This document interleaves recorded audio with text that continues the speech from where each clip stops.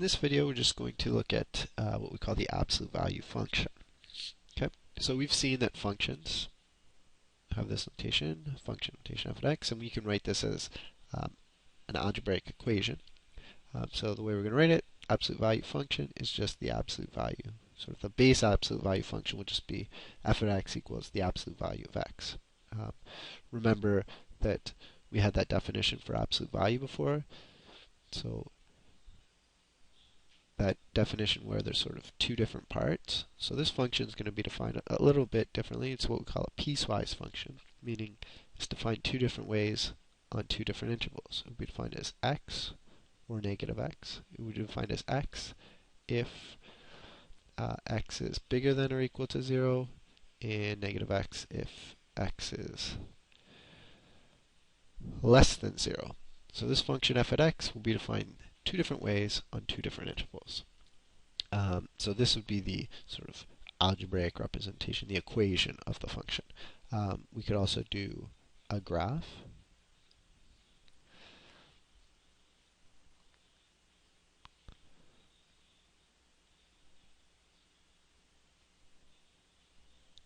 So recall that the horizontal is your x, and the vertical is your f of x or y.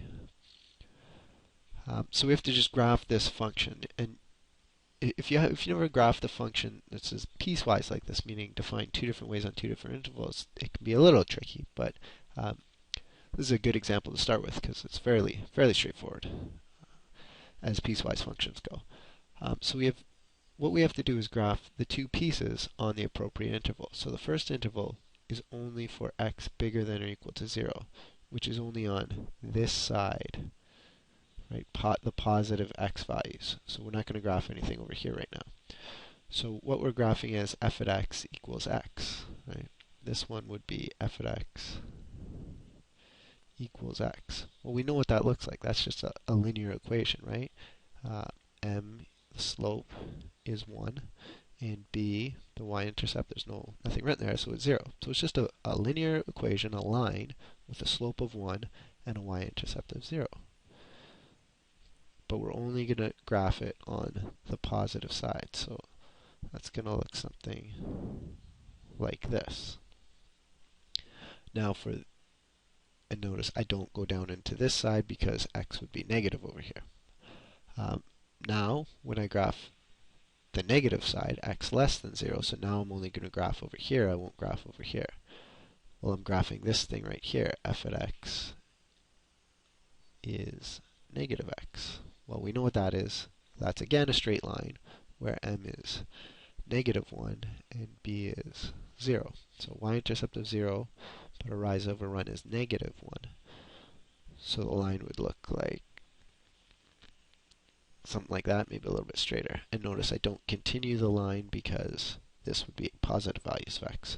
So that your absolute value function, f of x, looks something like this. So it's kind of like a big V. It's a linear equation on the one side and a linear equation on the other side. This part, positive slope of 1. This part, negative slope of 1. So that's your absolute value graph. We could graph other absolute value equations, so not just always absolute value of x, but you can have sort of transformations of that. So how about like absolute value of x minus 2? There's two ways you could think about graphing this. One would be to write this as that piecewise function.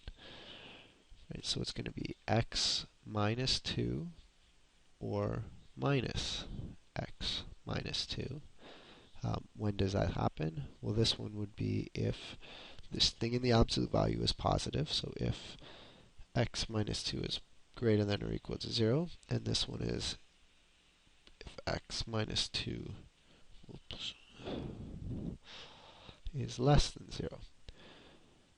So we might want to simplify that, simplify these intervals for one, simplify that second expression. So x minus 2, I don't really have to simplify that. If So x minus 2 is bigger than or equal to 0. Well, it's probably easier to write this thing as x is bigger than or equal to 2. And this thing here, I can just expand, get rid of the bracket. So that would look like this. If x, and then our new interval, well not new, but just rearranging this interval here, be if x is less than 2. So we're going to graph this function here. It's the same as this function up here, it's just written, might be a little bit easier to graph this way.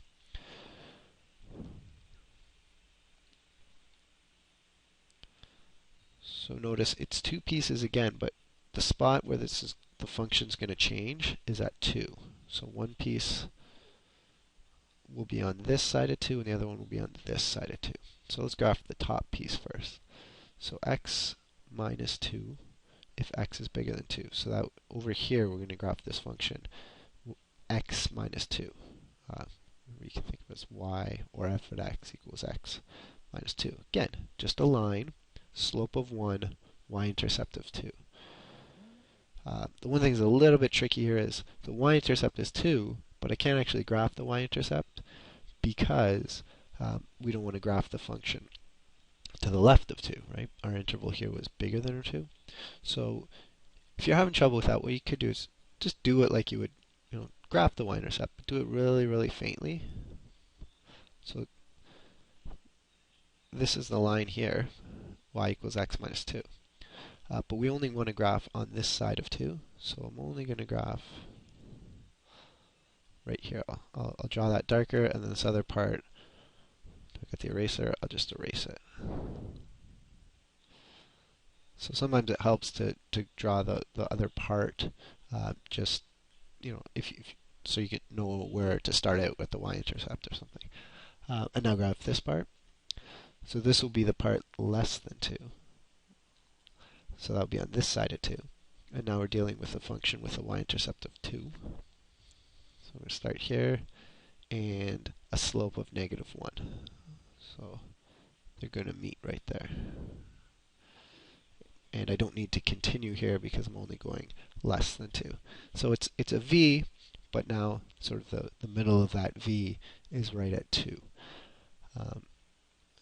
So that would be this function here. This would be f at x equals absolute value of x minus 2. Label the axes, x and y, or f at x if you want. I had mentioned that you could have graphed this another way. The other way would be to compare this function here, f at x equals absolute value of x minus 2, to this function up here. So the only difference is we have a minus 2 here. If you remember from transformations, which we'll cover a bit in a future lesson, but you would have done in grade 11, the minus 2 shifts the graph to the right too. Right? So all we really did is take this thing and shift it 2 units to the right. So we slid the whole thing over 2 units, which is exactly the graph here, right? We just took the base absolute value graph, which was started at 0, or which had the sort of that tip of the v at 0, and we just moved it over 2. So you could think of it using transformations also.